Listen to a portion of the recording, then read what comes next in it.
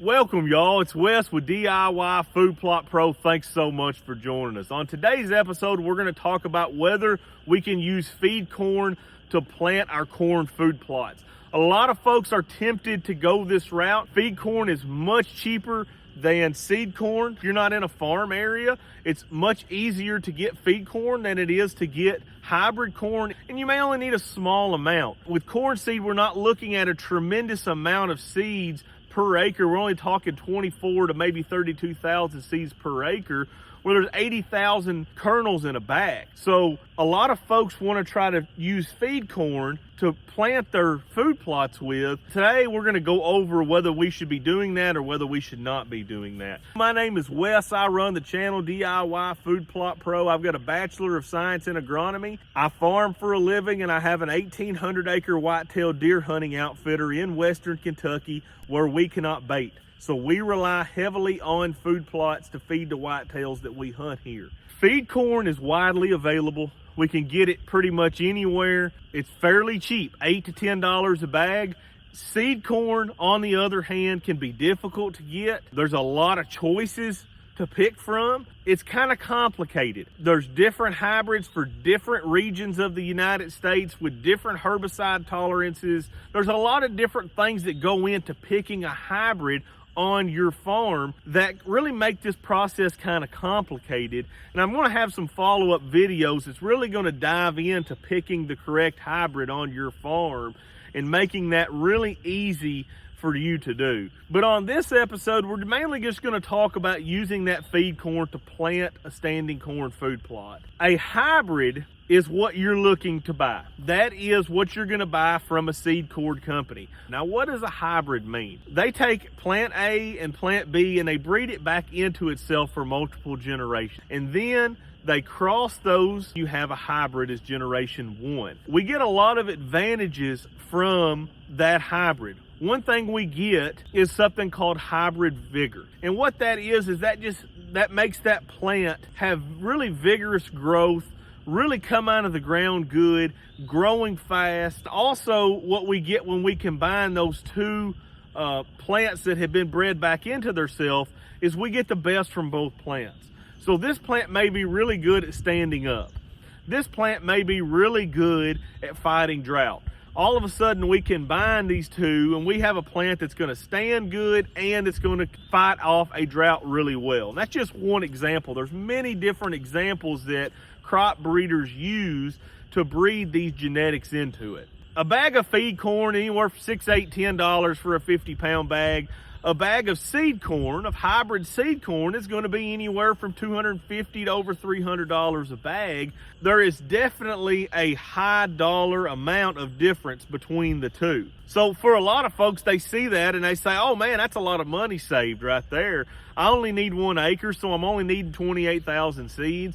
I'll just get a bag of seed corn for $10 and I'll plant, a third of it, and I'm going to be in good shape. There's a couple things that we need to understand about planting feed corn for food plots. Or one thing that we need to look at, we have no idea where that corn came from. And that is a huge deal. And I can't really overstate that enough. If you are trying to plant 120-day corn in central Minnesota, it's not going to work. It's absolutely not going to work. The corn plant doesn't have time to fully mature before that frost. Your window is not that long. We wouldn't want to plant a corn variety, maybe a 100-day variety that's meant for central Minnesota down in southern Alabama. That's not going to mesh well either. We have no idea where that corn came from that you're using as feed corn to plant your food plot. We also have no idea whether that corn is glyphosate tolerant or not. Most of the corn grown throughout the United States is Roundup ready. It means you can spray glyphosate on that corn crop and it is not going to hurt the corn. It will kill all the weeds and grasses, but it will not hurt the corn. But there is a small amount of corn raised in the United States that is not Roundup ready. And you have no idea what you have in that bag. Absolutely no idea. You have no idea if it came from Minnesota, from Florida, from Kentucky. You have no idea where it come from, what day corn it was, what conditions it was grown in, whether it was glyphosate tolerant or not. There's many things that we have no idea about when we are planting standing corn food plots with feed corn. Many corn varieties like certain conditions. Some corn hybrids are what we call racehorse varieties. Okay, they're gonna produce a gigantic ear and it's gonna be a high population. We would never, ever, ever put them in a spot like what I'm standing in right now, the tip top of the ridge. This is very weak ground right here. A racehorse variety of corn would do absolutely awful right here. I cannot overstate that enough. Vice versa, down in the river bottom, swampy, wet feet ground, there are a lot of hybrids that do not like those conditions right there. There are some that do. What if you're getting my variety that I planted down in the bottoms that likes wet feet, and then all of a sudden you put it on a droughty ground, or vice versa? You're getting my racehorse variety in my very best soil and you're putting it on your worst ground. You're setting yourself up for failure from the beginning when you're buying feed corn to use as your seed in your food plots. It is not going to work out well for you if this is something that you are trying to do. Another reason that we should not use feed corn to plant our standing corn food plots with is it's illegal.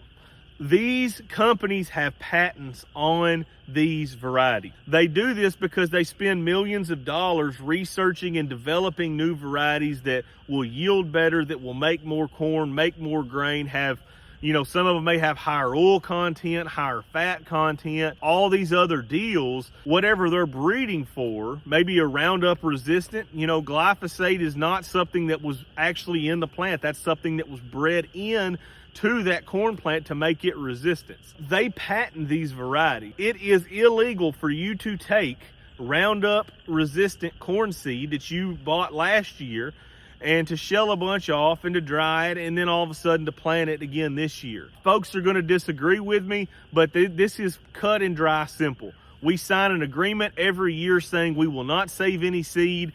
This is something that 100% could get you in trouble with these big companies. Now, a lot of you are going to say, oh, Wes, they ain't going to care about me. All I got's an acre of corn out here. I'm not too worried about it. Well, I'm not trying to give any legal advice. All I'm trying to tell you is stay out of legal trouble. We're looking at buying new seed every single year. If you do plant that seed, you are taking a risk. How big of a risk? I'm gonna let you decide that. I'm telling you right now, these companies do not like this, and they have absolutely broke farmers in the past from doing this right here. Corn, not so much, because farmers realize that a hybrid is going to do better. You cannot do that with corn, so farmers are not saving any corn whatsoever at all, because they know that they're going to lose so much yield that it's not even going to be worth it to them, even if they didn't get caught.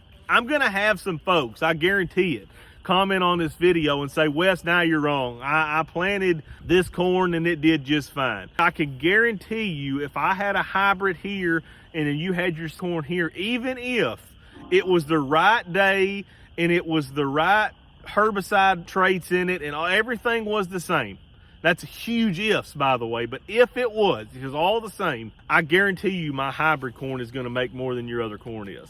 When a lot of you say, well, I'm not that worried about it. I'm not trying to make 200 bushel corn. All I'm trying to make is some corn out there. The question that I have is, are we not as land managers trying to produce as high quality of crops and as much as what we can possibly produce for our whitetails so that it can feed them for longer? Yeah, I can raise 100 bushel corn all day long. That's not a big deal. But if I can get 200, I've doubled my yield and I've doubled the food for my whitetails. That's a huge, huge deal. Trying to maximize the amount of food on our available acreages is a huge deal when we're talking about setting these farms up and trying to provide for these whitetails for as long as we possibly can, not just a short time in the fall. We want to provide corn or soybeans or whatever we're planting all through the winter, where these deer never go without. They always have what they need to be able to get the size that we're looking for. In conclusion, Do not plant feed corn as your corn seed. You're just setting yourself up for an expensive failure. Spend the money in the front end, get a good seed that fits your land, whether that's drought resistant ridge ground or swampy river bottom ground. Pick a hybrid that's going to stand there. It's going to have a good standability, going to have a good drought resistance, that's going to make something even if we're in a terrible, terrible drought. Thank you guys for watching. I really appreciate it. Smash that like and subscribe button.